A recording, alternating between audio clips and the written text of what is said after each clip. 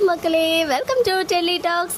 சற்றும் எதிர்பாராத திருப்பம் மற்றும் சற்றும் எதிர்பாராத ஒரு ப்ரோமோ வந்து ரிலீஸ் பண்ணியிருக்காங்க ஜீ தமிழ். இந்த மேரேஜ் எபிசோட், அதாவது கார்த்திக் அண்ட் ரேவதியோடைய மேரேஜ் எபிசோட்கான ஒரு அழகான ப்ரோமோ வந்து ஷேர் பண்ணியிருந்தாங்க. ஸோ நம்ம எல்லாருக்கும் இருந்த ஒரு சில குழப்பங்களும் இங்கே வந்து தெளிவாகிருக்கு அப்படின்னு தான் நான் சொல்லுவேன். பிகாஸ் எப்படி மேரேஜ் நடக்கும், எந்த மாதிரி சூழ்நிலையில் ரேவதி அக்செப்ட் பண்ணிப்பாங்க, எப்படி கார்த்திக் அக்செப்ட் பண்ணுறாங்க, இந்த ரெண்டு கேள்வியும் நம்ம மனசில் ஓடிக்கிட்டே இருந்துச்சு இல்லையா. அதுக்கெல்லாம் பதிலாக இந்த ப்ரோமோ வந்துட்டு இருக்கு. சாமுண்டேஸ்வரியா சிவனாண்டியோட ஆட்கள்லாம் கடத்திட்டு போயிட்டு அங்க கட்டி வச்சிருந்தாங்க. பட் கார்த்தி வந்து அழகா போயிட்டு காப்பாத்திட்டாரு. பட் இன்னும் மண்டபத்தை வந்து அவங்க சேரல. அதே மாதிரி நம்ம சந்திராவுமே எவ்வளவு பிளான் பண்ணாங்க, ரேவதிக்கும் மகேஷ்க்கும் எப்படியாவது சாமுண்டேஸ்வரி வரதுக்குள்ள கல்யாணம் பண்ணி வச்சணும்னு. பட் லாஸ்ட் மினிட்ஸ்ல 2 டைமுமே வந்து ரேவதி என்னால அம்மா இல்லாம கல்யாணம் பண்ணிக்க முடியாதுன்னு சொல்லிட்டாங்க.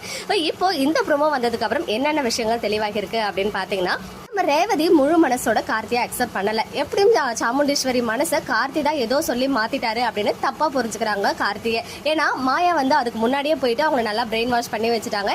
இந்த கல்யாணத்தை கார்த்தி வந்து கண்டிப்பா நடத்த விட மாட்டாரு. அவர் மாப்பிள்ளை ஆகணும்னு பிளான் பண்ணி தான் உங்க அம்மாவோட மனசை மாத்தி அவர் கல்யாணம் பண்ணிக்க பிளான் பண்ணிருக்காரு அப்படின்னு சொல்லிட்டாங்க. ஸோ இந்த விஷயத்த கனெக்ட் பண்ணி ரேவதி வந்து சாமுண்டேஸ்வரி அம்மாவே சொன்னாலும் அவங்க நம்பாம தான் கார்த்திக்கு கழுத்தை நீட்ட போறாங்க அப்படின்றது புரிஞ்சிடுச்சு. ஸோ ரேவதிக்கு இந்த கல்யாணத்துல கொஞ்சம் கூட விருப்பம் இல்லை.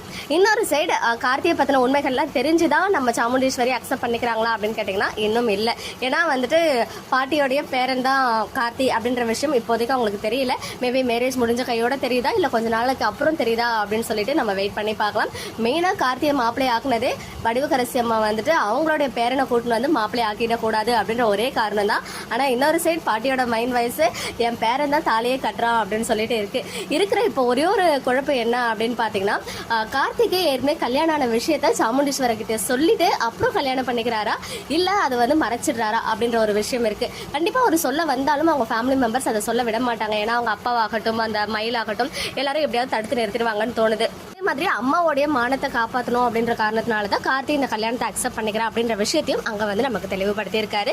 ஸோ பெரிய திருப்பங்களோட கார்த்திக் அண்ட் ரேவதியோடைய மேரேஜ் நடக்க இருக்கு அப்கமிங் கார்த்திகை தீபம்ல.